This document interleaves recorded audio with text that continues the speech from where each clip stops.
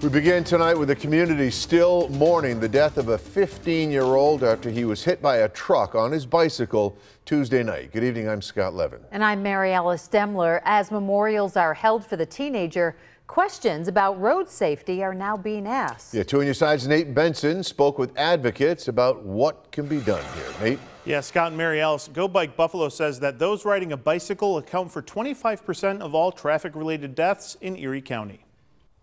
At the intersection of Woodstock Ave and Yorkshire Road in the town of Tonawanda, there's a growing memorial.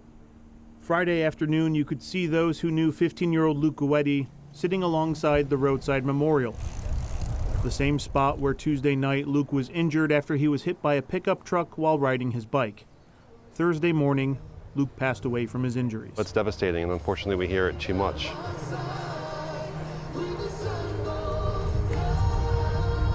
After hundreds turned out for an emotional vigil at Kenny Field Thursday night, bike safety advocates are again calling on local governments to address cold, hard facts. We know here in Erie County that 3% of all crashes represent bicycles and pedestrians, but bicycles and pedestrians represent 25% of all fatalities and 45% of all injuries. The town of Tonawanda police haven't provided any updates on the investigation into the crash, and as it stands right now, no charges have been filed.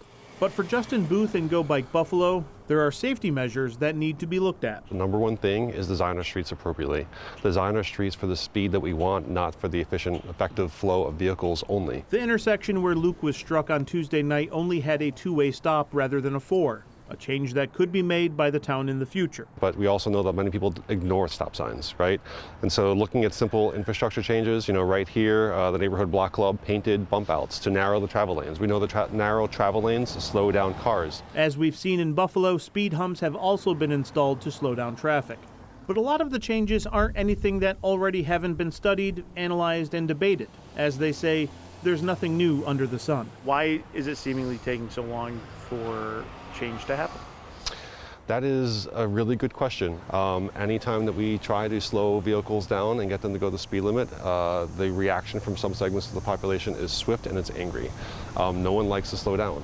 And unfortunately, that's something that we have to address as a community, as a society. Something GOBike Buffalo hopes is addressed before another roadside memorial is needed.